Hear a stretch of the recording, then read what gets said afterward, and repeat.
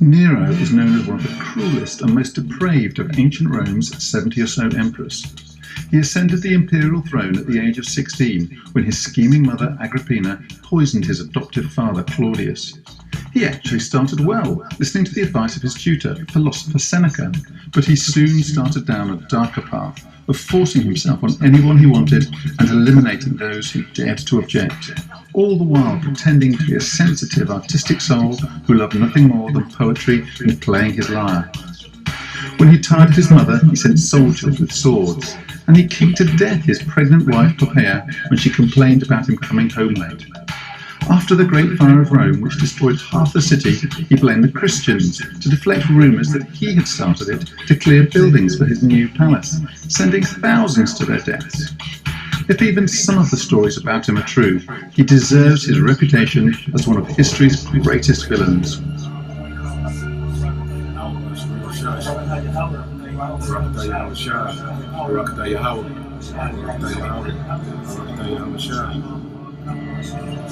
And the Egyptians will I give over into the hand of a cruel lord, and a fierce king shall rule over them, saith the Lord of hosts.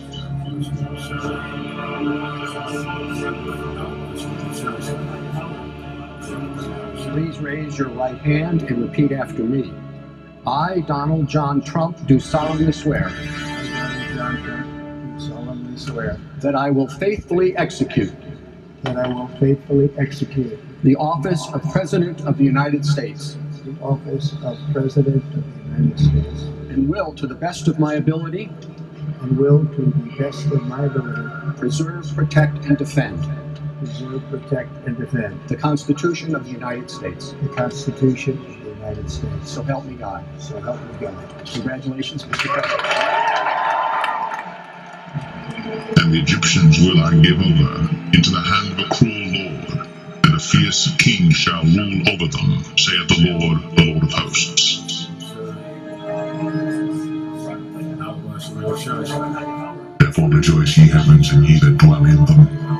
Woe to the inhabitants of the earth and of the sea, for the devil is come down unto you, having great wrath, because he knoweth that he hath but a short time.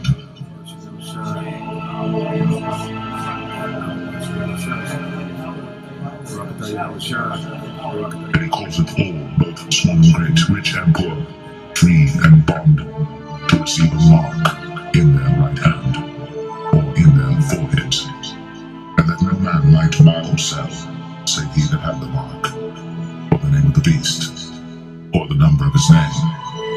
Here is wisdom.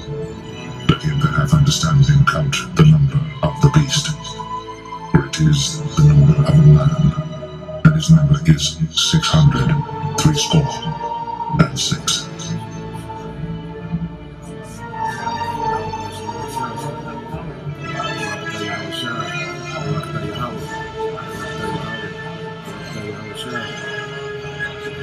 And these are the words that the Lord spake concerning Israel and concerning Judah. For thus saith the Lord, we have heard a voice of trembling, of fear, and not of peace. Ask ye now, and see whether a man doth travail with child. Wherefore do I see every man with his hands on his loins, as a woman in travail, and all faces are turned into paleness? Alas, for that day is great, so that none is like it. It is even the time of Jacob's trouble, but he shall be saved out of it.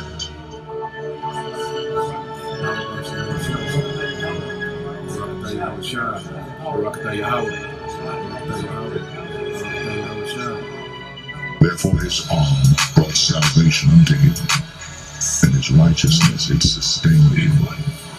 For he put on righteousness as a breastplate, and an helmet of salvation upon his head.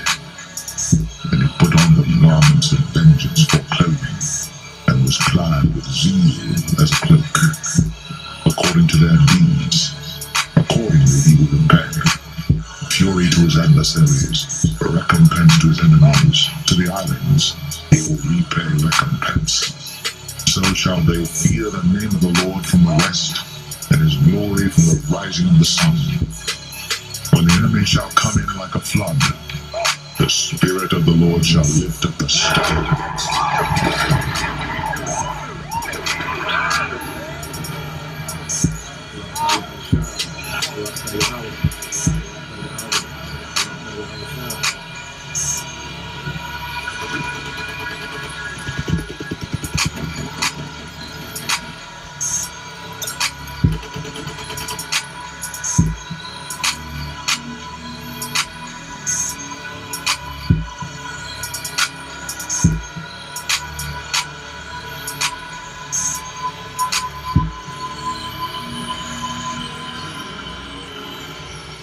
I want to remind you that there's a power far greater than a gun. It's called spiritual power, the ability to use your mind. And that's the kind of power that Yahweh Ba'ashem Yahushua is going to give us.